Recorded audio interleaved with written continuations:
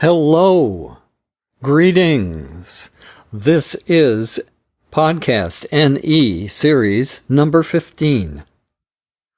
And so in this edition, we will be reading from Genesis 27, Job 15, and the second half of Mark 9. Say it's been a long time between edition number 14 and number 15.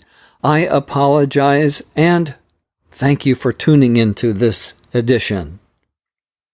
This podcast is somewhat loosely based on scriptures from the New English Translation Bible, which can be found at netbible.org.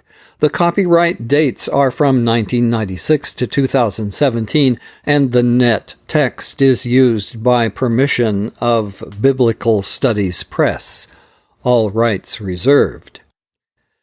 It would be helpful for you to have the Net Bible open so you can check out the wonderful footnotes that are in it. A great place to open the Net Bible is at lumina.bible.org. The complete episode notes for this podcast are attached as a PDF file. Many podcast aggregator apps will not let you see these attachments. Using our dedicated DBRP listening app, you can get the PDF by clicking on the Wrapped Present icon, or you can find the PDF attached to this podcast at our website, dailybiblereading.info.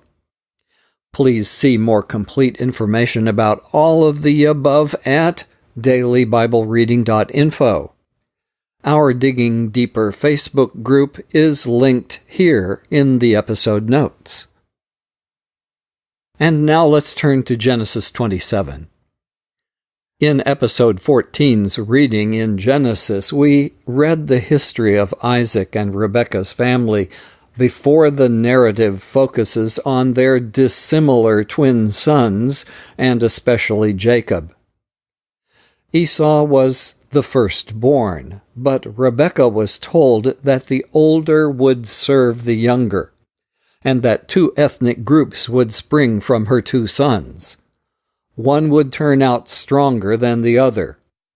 The name Esau, or Esau, has sounds in common with the word hairy in Hebrew. His other name is Edom, which I would pronounce as Edom, which sounds like his other birth attribute, red. Jacob's name is important too, and it means supplanter, deceiver, or trickster. If you jump ahead to John chapter 1, Jesus highlights Nathanael just before meeting him, saying, "Look, a true Israelite in whom there is no deceit." This is like saying, a true descendant of Jacob who doesn't have Jacob's character trait. Genesis chapter 27. When Esau was old and his eyes were so weak that he was almost blind, he called his older son Esau and said to him, "My son." "Here I am," Esau replied. Esau said, "Since I am so old, I could die at any time. Therefore, take your weapons, your quiver and your bow, and go out into the open fields and hunt down some wild game for me. Then prepare for me some of that tasty food, the kind I love, and bring it to me. Then I will eat it so that I may bless you before I die." Now Rebekah had been listening while Esau spoke to his son Esau. When Esau went out to the open fields to hunt down some wild game and bring it back, Rebekah said to her son Jacob, "Look, I overheard your father tell your brother Esau, 'Bring me some wild game and prepare me some tasty food, then I will eat it and bless you in the presence of the Lord before I die.' Now, my son, do exactly what I tell you. Go to the flock and get me 2 of the best young goats. I'll prepare them in a tasty way for your father, just the way he loves them. then you will take it to your father, so he'll eat that and bless you before he dies." "But Esau, my brother, is a hairy man," Jacob protested to his mother, "and I have smooth skin. My father may touch me, then he'll think I'm mocking him, and I'll bring a curse on myself instead of a blessing." So his mother told him, "Let any curse against you fall on me, my son. Just obey me. Go and get them for me." So he went and got the goats and brought them to his mother. She prepared some tasty food, just the way his father loved it. Then Rebekah took her older son Esau's best clothes, which she had with her in the house, and put them on her younger son Jacob. She put the skins from the young goats on his hands and the smooth part of his neck. Then she handed him the tasty food and the bread she had made. He went to his father and said, "My father." Esau replied, "Here I am. Which are you, my son?" Jacob said to his father, "I am Esau, your firstborn. I've done as you told me. Now sit up and eat some of my wild game so you can bless me." But Esau asked his son, "How in the world did you find it so quickly, my son?" "Because, the Lord your God brought it to me," he replied. Then Esau said to Jacob, "Come closer so I can touch you, my son, and know for certain if it is really my son Esau." So Jacob went over to his father Esau, who felt him and said, "The voice is Jacob's, but the hands are Esau's." He did not recognize him because his hands were hairy like his brother Esau's hands. So Esau blessed Jacob. Then he asked, "Are you really my son Esau?" "I am," Jacob replied. Esau said, "Bring me some of the wild game for me to eat, my son. Then I will bless you." So Jacob brought it to him, and he ate it. He also brought him wine, and Esau drank. Then his father said to him, "Come here and kiss me, my son." So Jacob went over and kissed him. When Esau caught the scent of his clothing, he blessed him, saying, "Yes, my son smells like the scent of the open field which the Lord has blessed. May God give you the dew of the sky and the richness of the earth, and plenty of grain and new wine. May peoples serve you and nations bow down to you. You will be lord over your brothers, and the sons of your mother will bow down to you. May those who curse you be cursed, and may those who bless you be blessed." Esau had just finished blessing Jacob, and Jacob had scarcely left his father's presence when his brother Esau returned from the hunt. He also prepared some tasty food and brought it to his father. Esau said to him, "My father, get up and eat some of your son's wild game, then you can bless me." His father Esau asked, "Who are you?" "Why, I'm your firstborn son, Esau," he replied. Esau began to shake violently and asked, "Then who else hunted game and brought it to me just now?" "I ate all of it just before you arrived, and I blessed him." "Yes, and he will be blessed." When Esau heard his father's words, he wailed loudly and bitterly. He said to his father, "Bless me too, father." But Esau replied, "Your brother came in here deceitfully and took away your blessing." Esau exclaimed, "Jacob is the right name for him. He has tripped me up 2 times. He took away my birthright, and now, look, he has taken away my blessing." Then he asked, "Have you not kept back a blessing for me?" Esau replied to Esau, "Look, I have made him lord over you. I have made all his relatives his servants, and provided him with grain and new wine. What is left that I can do for you, my son?" Esau said to his father, "Do you have only one blessing, my father? Bless me too." Then Esau wept loudly. So his father Esau said to him, "See here, your home will be far away from the richness of the earth and the dew of the sky above. You will live by your sword, but you will serve your brother. But when you grow restless, you will tear from your neck the burden of bondage to him." So Esau hated his brother because of the blessing his father had given to Jacob. Esau said privately, "The time of mourning for my father is near. Then I will kill my brother Jacob." When Rebekah heard what her older son had said, she quickly summoned her younger son and told him, "Look, your brother Esau is planning to get revenge by killing you. Now then, my son, do what I say.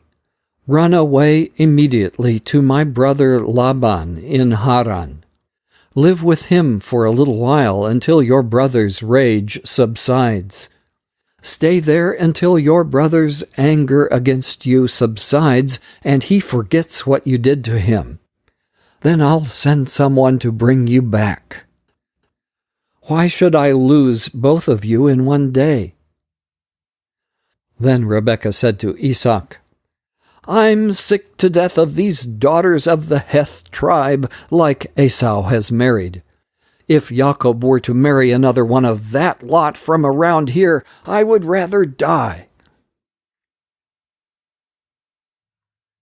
Let's turn now to Job, chapter 15. We know a lot more than Job did. One thing was shown in chapter 14 where Job asked, "If a man dies, can he come back to life?" Previously, when we heard from Eliphaz in chapters 4 and 5, he accused Job of sin and encouraged him to repent. We also saw in those chapters that he likes using rhetorical questions. Seeing as we are now in this chapter beginning the second series of responses to Job, Net has this wonderful study note at the chapter heading, which I will now read. In the first round of speeches, Eliphaz had emphasized the moral perfection of God. Bildad, God's unwavering justice, and Zophar, God's omniscience. Since this did not bring the expected response from Job, the friends see him as a menace to true religion, and so they intensify their approach. Eliphaz, as dignified as ever, rebukes Job for his arrogance and warns about the judgment the wicked bring on themselves. The speech of Eliphaz falls into three parts: the rebuke of Job for his irreverence, the analysis of Job's presumption about wisdom, and his warning about the fate of the wicked. And now let's read Eliphaz's second speech, and I warn you that all of this translation is different than the text of the NET. Job chapter 15. Then Eliphaz the Temanite answered, "Job, if you're so wise, how come your talk is nothing but an unending stream of hot air? What's the point of babbling on and on when you have nothing of any value to say? Worse than just being useless, your talk will cause people to stop thinking reverently about God or wanting to please Him. And your sinful, scheming mind is the source of all you say. There is no need for me to condemn you. You are condemned by every word you speak. Were you the first man ever born? Are you older than the hills? Were you listening in long ago at God's secret counsel? Do you have a monopoly on wisdom? What do you know that we don't know? What do you understand that we don't understand? The gray-haired and the aged, men far older than your father, would take our side, not yours. We've spoken calmly to you on God's behalf, offering you His comfort. Why reject it? Instead, you get all excited and glare at us. Why? Clearly, you've lost control in your rage against God, causing you to say one evil thing after another. Why not face it? Not one human being is pure in God's sight. Not one person ever born has lived perfectly. Why, God doesn't even trust the angels, and even the heavens are not pure in His eyes. So what chance at purity do we corrupt and sinful humans have with our continual thirst for wickedness? So let me explain. Listen to what I've learned from those who could share their ancestors' deepest secret wisdom, from olden times before foreigners came in and muddled everything. You can be sure that wicked tyrants will be in torment as long as they live. Their every day is filled with sorrow. The sound of terror rings in their ears, and even on good days they fear the attack of the destroyer. They dare not go out into the darkness for fear they will be murdered.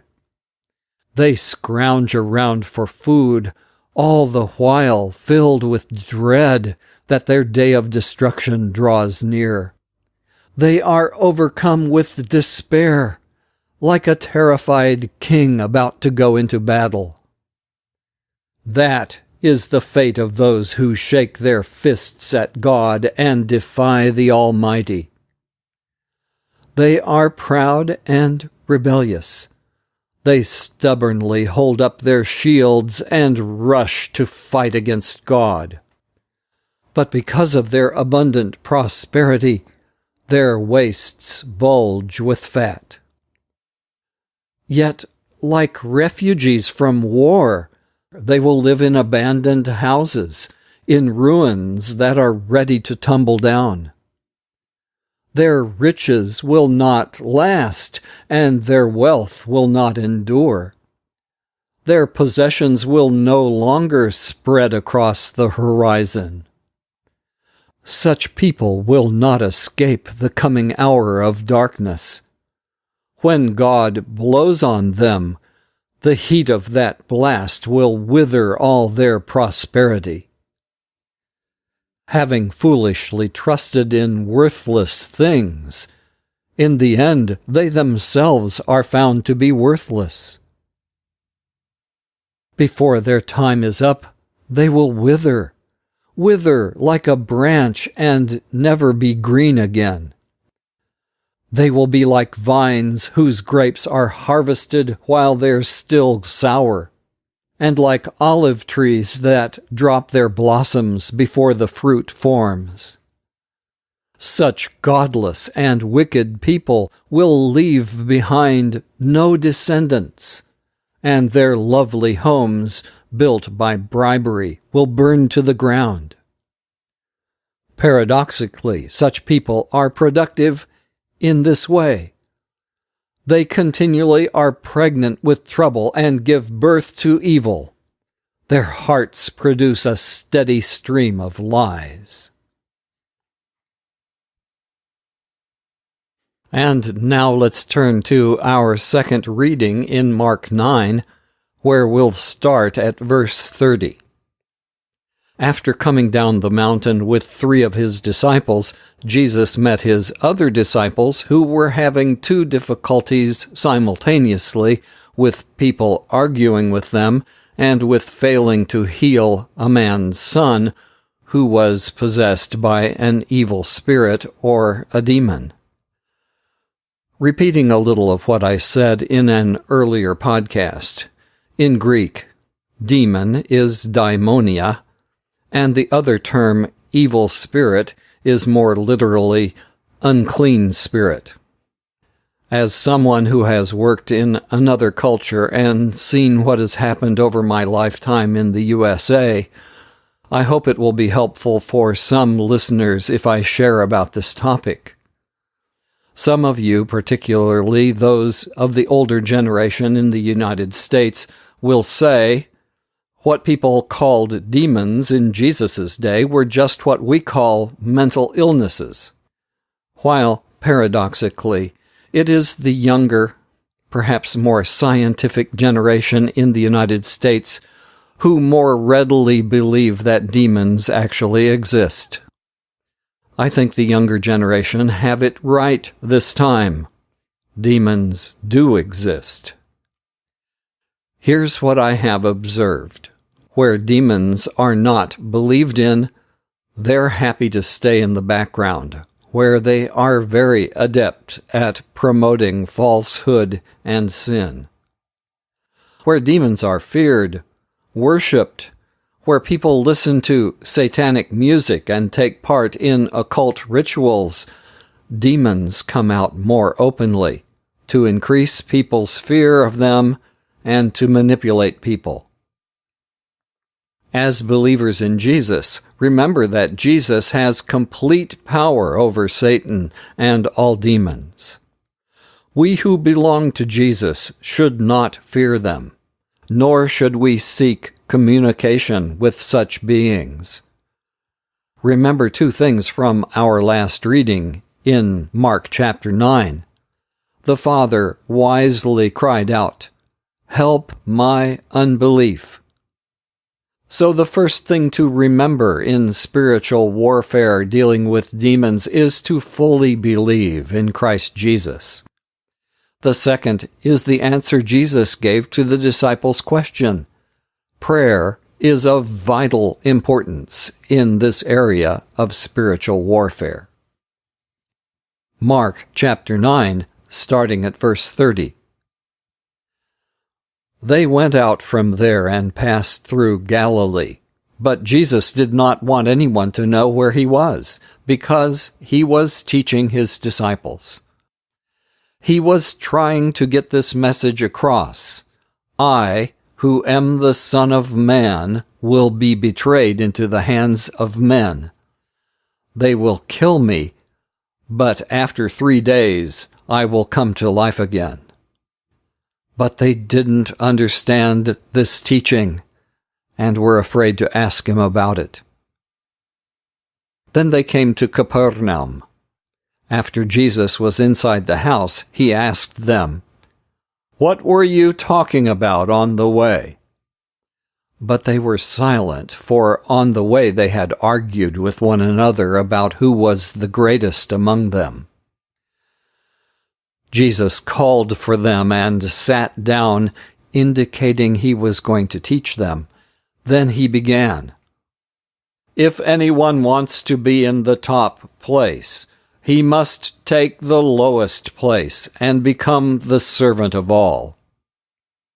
He took a little child and had him stand among them. Taking him into his arms, he said to them, "Whoever, in order to bring glory to me, welcomes a little child like this, welcomes me.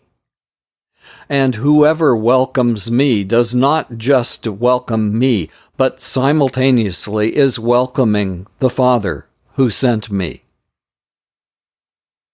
John said to him, "Teacher, we saw someone casting out demons by invoking your name, and we tried to stop him because he is not one of your followers."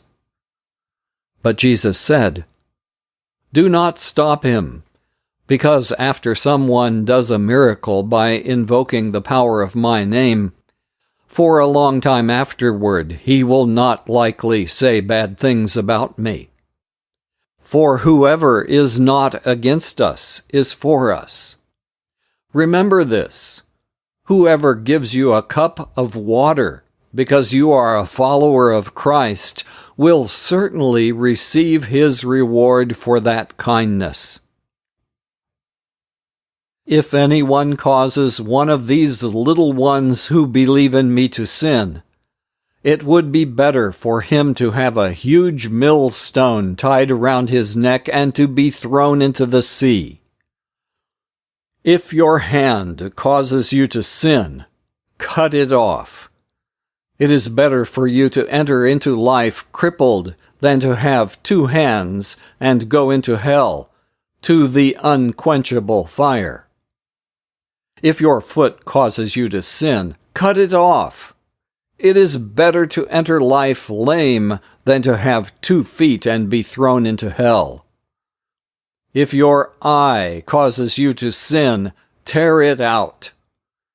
It's better to enter into the kingdom of God with only 1 eye than to have 2 eyes and be thrown into hell, where the maggots that eat them will never die, and the fire is never quenched. Everyone will be tested by suffering that feels like fire. You who follow me are like salt.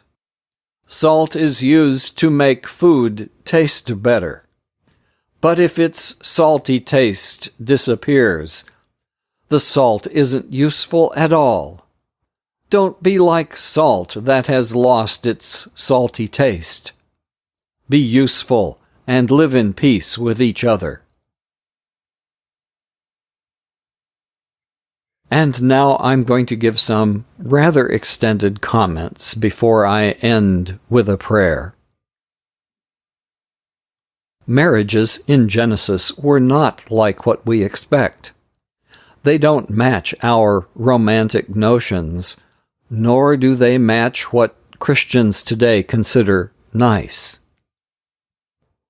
According to Genesis 25, Abraham also had a wife named Keturah, in addition to Sarah and Hagar. Then, following the statement about Keturah, he later sent away all the sons of his concubines, plural. The reason I mention this is because of later family history like what we read in chapters 25 through 28. We don't hear of Isaac's other wives or concubines, if I remember rightly, but both Esau and Jacob have plural wives. A concubine is an inferior status wife, but a legal wife nonetheless, not an adulterous union. The difference in status of the wives of Jacob is clear from the story. And note that Jacob seems to have felt that he had enough trouble managing the children of 4 wives without adding more. In chapters 28 and 36, we find that Esau married 3 women. So he might be seen by today's standards as better than Jacob if we're counting based on the number of wives. In Hebrews 12:16 through 17, it says, "And see to it that no one becomes an immoral or godless person like Esau, who sold his own birthright for a single meal. For you know that later when he wanted to inherit the blessing, he was rejected, for he found no opportunity for repentance, although he sought the blessing with tears." This is the word of God which says this about Esau. But the information the writer of Hebrews used comes from traditional teaching that can be traced far back in Jewish history. Note that this idea doesn't come from the story of Esau's wives or sexual activity recorded in Genesis. The ESV translated verse 16 as sexually immoral. Shame on the ESV translators for not being word for word literal like they are so proud of in this case. The Greek has only one word, pornos, not two words. Instead of the sexual kind of immorality, I think the writer meant the more general kind. Note that he backs up the statement about immorality not with multiple wives, but with the idea of selling his birthright for a single meal. Now, that's a bad deal, no matter how you look at it. Genesis 25, verse 34 shows that Moses thought Esau's selling his birthright was inconceivably reprehensible. Moses commented that Esau despised his birthright. Such an act certainly would have offended his father. And from that verse in Hebrews 12, it seems clear that God himself considers such an act as profane, another translation of babelos, which the NET translates as godless. It goes with God's character that he thinks that family positions and relationships are important. This shows up in many ways, including, for instance, what God says about children and husband-wife relationships in the Ten Commandments. Once again, we find that things which are important to God, and therefore should be important to us, are not at all valued in today's society. I think we modern readers ought to be amazed at how the patriarchs gave blessings, and they take on the full status of prophecy about their children. We start hearing about that in this chapter, but the account implies that the practice had been going on for some time. If you search for the word bless in Genesis, the overwhelming majority of times it is used where God does the blessing. But Noah blessed two of his sons in chapter 9 and cursed the grandson of his other son. Melchizedek blessed Abram in chapter 14. And Laban and Bethuel blessed Rebekah as she left home, never to see them again. Note in our chapter today that Rebekah was willing to be cursed in order that her favorite son got the patriarchal blessing. And Jacob himself must have thought it worth taking part in the scheme. And it's so revealing about the value of a blessing when you look at Esau's reaction to being cheated out of it. Not only did he, a grown man, shed tears, but he later held such a grudge that he might have killed Jacob. What was the value of such a blessing? Well, I think people by this time had discovered that such blessings, especially God's, but even a father's, have a way of coming true. Why would a father's blessing come true? Because they were formally given and in the form of a prayer. May God give you the dew of the sky and the richness of the earth and plenty of grain and new wine. Another reason Isaac's blessing would be worth having is that it marks Jacob out as the inheritor of God's blessing to his grandfather Abraham. And that is something. Other prophetically significant blessings in the Old Testament are those of Jacob to all his sons, Moses blessing the tribes of Israel, and David's blessing to Solomon. I asked my friend Ben Woody about information on blessings because Ben's family are experts on the subject. Ben and Twyla's daughter, Kayla, has written a book entitled Empowering Generations, and I have links to where you can get it in the episode notes. Ben's blog on blessings is also linked here, and it talks about blessing grandchildren. One reason for us today to give intentional blessings to our children is to help undo all the random curses they may have heard us utter about them. For instance, old as I am, I still remember when my dad called me stupid. I truthfully deserved that word on that day and many other times since, but I'm glad that negative evaluation wasn't the only thing I can remember my dad saying about me.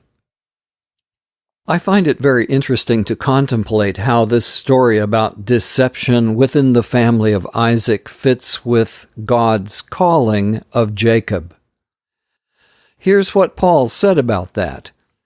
And he says this in the context of answering the question of whether or not God's promises to Jacob's descendants will be fulfilled. Romans 9:6-13. It is not as though the word of God had failed, for not all those who are descended from Israel are truly Israel, nor are all the children Abraham's true descendants. Rather, quote, through Isaac will your descendants be counted. This means it is not the children of the flesh who are the children of God.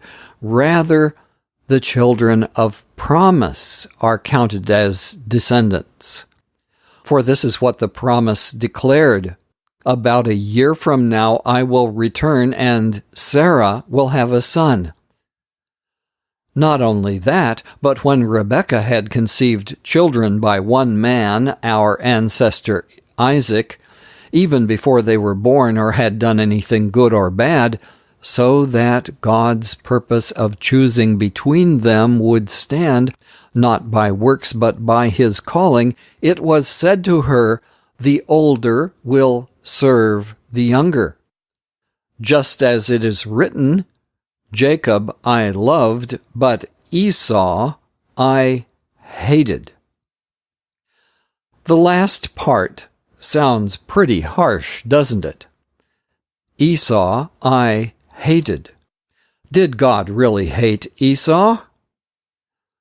You will find in many commentaries explanations why the contrasting couplet from Malachi chapter 1 verses 2 and 3 should be taken as an overstatement, a kind of figure of speech.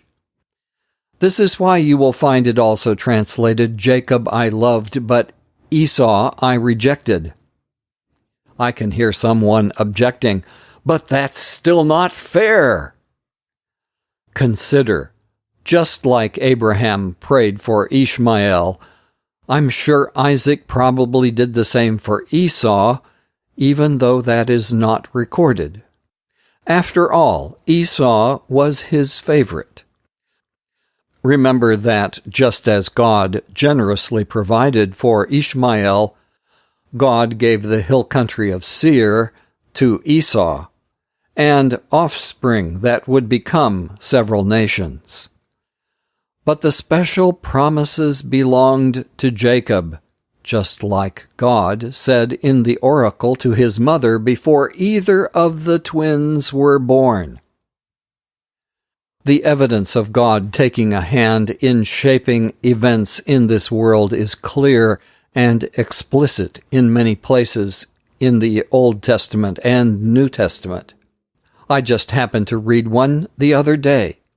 1 Kings 12, verse 15, the king refused to listen to the people because the Lord was instigating this turn of events so that he might bring to pass the prophetic announcement he had made through Ahijah, the Shilonite, to Jeroboam, the son of Nebat.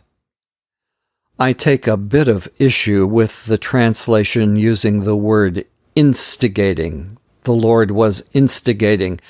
To me, that word implies some evil motives that are unworthy of God. It literally does say, however, that God's hand was in this. I urge you not to be offended that God takes a hand in human events. Many times humans grumble that he doesn't do so more often. Be thankful that God who chose Jacob has already chosen you too.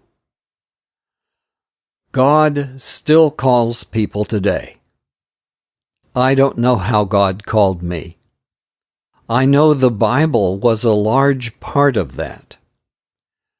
But where people never come in contact with the Bible, he calls people in all kinds of other ways, often with dreams and visions.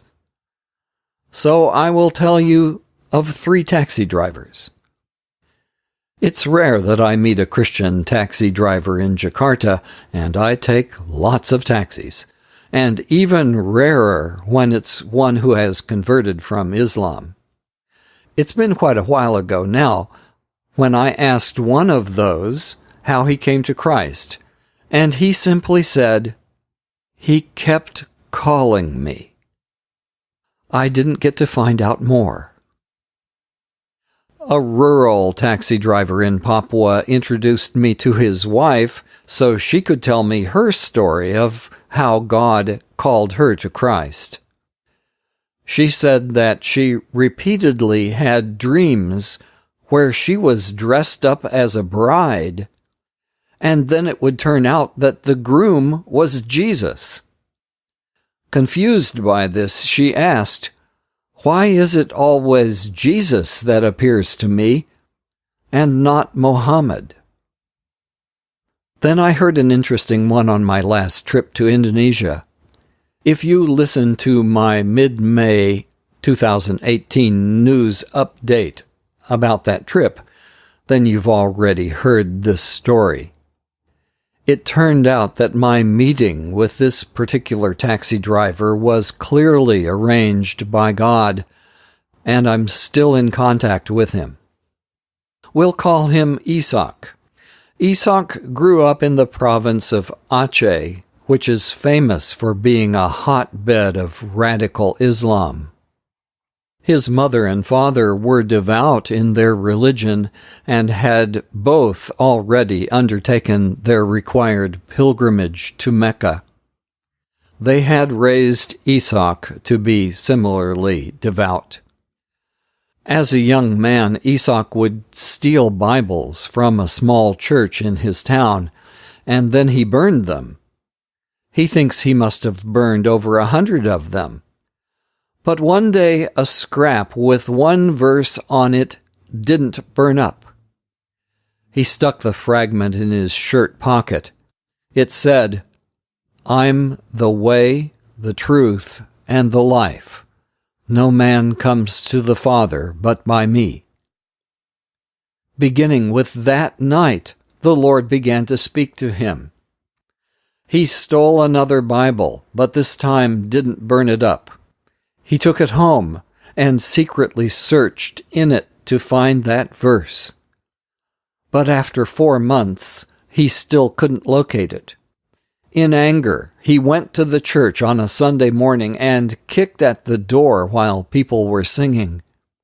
When they let him in, he demanded, "Where is this verse?" It only took them a minute to locate John 14:6. Then his question was, "Who is the person who said, 'I am the way, the truth, and the life'?" And the answer was, of course, Jesus. "Then I must follow him," he said. But Esau wisely didn't tell his parents. He left home. After working in other cities for a few years, he went back home to tell his parents. He wanted to tell them about his conversion before he was baptized. His parents' response was what might be expected. A huge argument erupted. Later he was stabbed twice in the back. Then someone took a huge rock and cracked his skull with it. When he came to, his body had been thrown out in the jungle, left for dead. At this point, still on my way to the airport in his taxi, he took my hand and placed it on his head so that I could feel the indentation in his skull. On this last trip also, another Bible translator told me this story. This happened quite a few years ago, while he and his wife were out of Indonesia on home assignment. The woman who was their main teacher in learning an ethnic language was staying in their house. She heard a voice that told her, "Go to that bookshelf over there and take down that big book and read it." She did. It was a Bible in the national language. When the couple returned from the States, she held out the book and said, "This is the truth." Today we heard Eliphaz go way overboard in his offensive response to Job. If he's a friend, he is showing it by trying to warn Job of the truth. He is absolutely right in verse 14. Why not face it? Not one human being is pure in God's sight. Not one person ever born has lived perfectly. But I think he goes past what is true in verse 15. Why, God doesn't even trust the angels, and even the heavens are not pure in his eyes. God doesn't trust the fallen angels, but I suspect his angels are beyond reproach, and there's nothing impure in the realm of heaven where he dwells. Just like it could be seen as a loving thing for Eliphaz to tell Job the truth, even though it contains bad news, so it is with us. As I keep saying, for the good news we want to share to be good, we have to let people know the bad news. Jesus tells us some bad news about hell that falls into that category. It is better to enter into the kingdom of God with one eye than to have two eyes and be thrown into hell, where the maggots that eat them never die and the fire is never quenched. The verse he quotes from is from Isaiah 66. And we see the very same picture in the last 2 chapters of Revelation. Don't cause a believing child to sin or stop believing in Jesus, we heard today. Don't allow your hands, feet, or eyes, men take note, to lead you into repeated sin. Does Jesus really want us to cut off our hands, feet, or to pluck out our eyes to avoid hell? Probably not.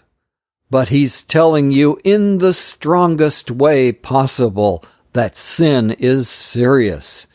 It is not to be trifled with. And what about hell, where the maggots that eat them never die and the fire is never quenched? Some listeners may be hoping that we can just call this a figure of speech and water down the content to mean nothing at all.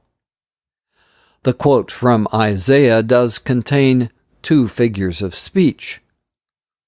If we give the plain meaning without using the figures, it comes down to this. Don't surrender to anything that will lead you into hell, where your shame, revulsion, and painful suffering will never end. This verse teaches that hell is eternal and conscious suffering. I'm reminded of my dad again. I was trying to talk with him one day about spiritual things when he said, "Oh, I don't care if I go to hell. If I do, well, I'll have a lot of friends there." The part about having a lot of friends there is unfortunately all too true. But there will be absolutely no comfort in having friends there, as the story of Lazarus and the rich man shows. I think my dad envisioned the guys sitting around cracking jokes and playing cards with friends in the darkness. The kind of thing one might see in the Far Side comics, which were popular back when Dad said that. For information about hell, better believe Jesus than any pictures of hell you might find in the media. Actually, you will get more inaccurate pictures of heaven than you will of hell everywhere in our cultures, no matter what country you're listening to me from. The whole topic of hell is avoided everywhere. But Jesus didn't avoid this topic. He loved the people enough to warn them. Because of that, I suggest if you're looking to find a good church, it might really cut through a lot of haze and double talk if you just ask the members there, "Do you remember hell ever being mentioned in the teaching of this church?" If they say, "Oh, we never talk about that," run away and keep looking. Thank you for listening. And now please join me in prayer. Lord Jesus, thank you that you taught your disciples what they couldn't fathom at the time. That you, the Son of Man, would be betrayed into the hands of men. They would kill you, but after 3 days you would come back to life. Seeing now that we are included in receiving the joys of heaven because of your sacrifice, and being so thankful that you called us to follow you, may we never put ourselves first. You, Lord Jesus, deserve the first place in all things in our lives. Forgive our sin, and please keep us from temptation. Thank you for being with us always, even to the end of the age.